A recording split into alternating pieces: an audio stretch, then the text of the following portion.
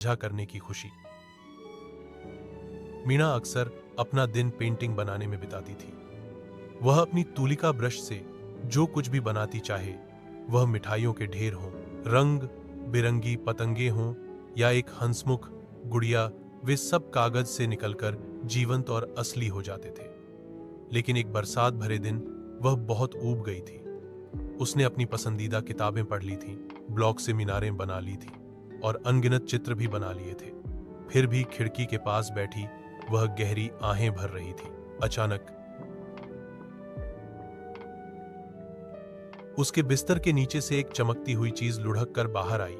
एक पुराना ब्रश जिसके रेशे सुनहरे थे और लकड़ी का हत्था किसी छोटी सी आकाशगंगा की तरह चमक रहा था। मीणा को याद नहीं था कि उसके पास कभी ऐसी कोई चीज थी,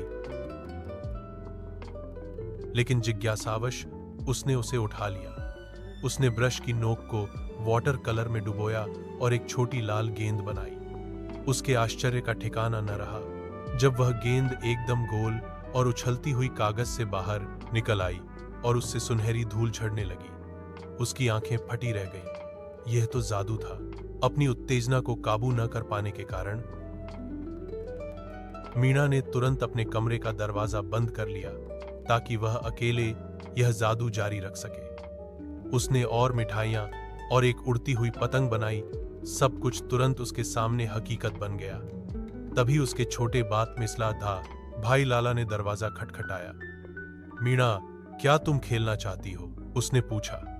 अपनी नई खोज में खोई मीणा ने जल्दी से जवाब दिया, मैं व्यस्त हूं। और जैसे ही लाला ने दरवाजा खोला, उसने ब्रश को कंबल के नीचे छिपा दिया। लाला पीछे नहीं हटा और अपनी आधी खाई हुई कुकी बिस्किट उसकी ओर बढ़ाते हुए बोला, ठीक है, मैंने अपनी आखिरी कुकी तुम्हारे लिए बचा कर रखी थी। मीणा ठिक गई। उसकी आंखों में एक अजीब सा भाव आया, लेकिन वह कुछ नहीं बोली और लाला दरवाजा बंद करके चला गया। उस शाम मीणा ने फिर से वह जादुई ब्रश उठाया। वह अपने लिए एक पिल्ला पपी बनाना चाहती थी। उसने कोशिश की, लेकिन कुछ नहीं हुआ। ब्रश फीका पड़ गया था और उसकी रंगीन चमक की जगह बेजान ग्रे, धूसर रंग ने ले ली थी। उसने साइकिल और इंद्रधनुष बनाने की कोशिश की, लेकिन जादू नहीं चला। मीणा ना दुखी होकर बैठ गई। तुम काम क्यों नहीं कर रहे? उसने फुसफुसाते हुए कहा। उसके दिल में पछतावा था। मुझे तुम्हें दूसरों के साथ बांटना चाहिए था। अगले दिन मीणा ने खिड़की से देखा कि लाला बाहर दूसरे बच्चों के साथ खेल रहा था, अपने खिलौने बांट रहा था और यहां तक कि एक लड़की के जूते के फीते बांधने में उसकी मदद भी कर रहा था। उसकी दयालुता देखकर मीणा को अपनी गलती का एहसास हुआ। वह चुपचाप ब्रश को पीछे छिपाकर लाला के कमरे में गई।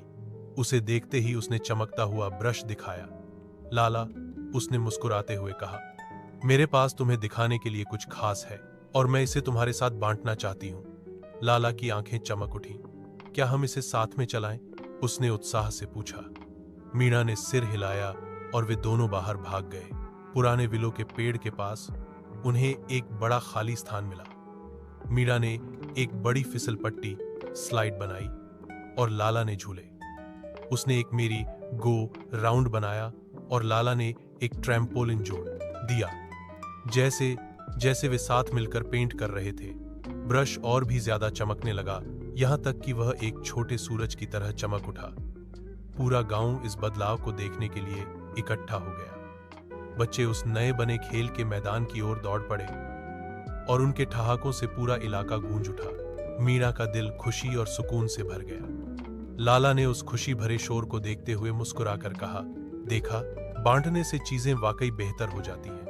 मीणा खिलखिलाकर बोली, वाकई बहुत बेहतर। उस रात जब वे अपना पेंट समेट रहे थे, मीणा ने ब्रश की ओर देखा। उसकी नोक एक बार फिर सुनहरी रोशनी से चमक रही थी।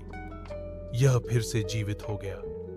उसने सोचा, शायद इसे बस थोड़ी सी दयालुता की जरूरत थी। एक नई समझ के साथ मीणा ने ब्रश को सावधानी से एक डिब्बे में रख दिया जिस पर लिखा था, सिर्फ साझा करने के लिए। उस दिन के बाद से, उस जादुई ब्रश से वे जो भी पेंटिंग साथ मिलकर बनाते, वह शुद्ध आनंद और असीमित जादू से भर जाती थी।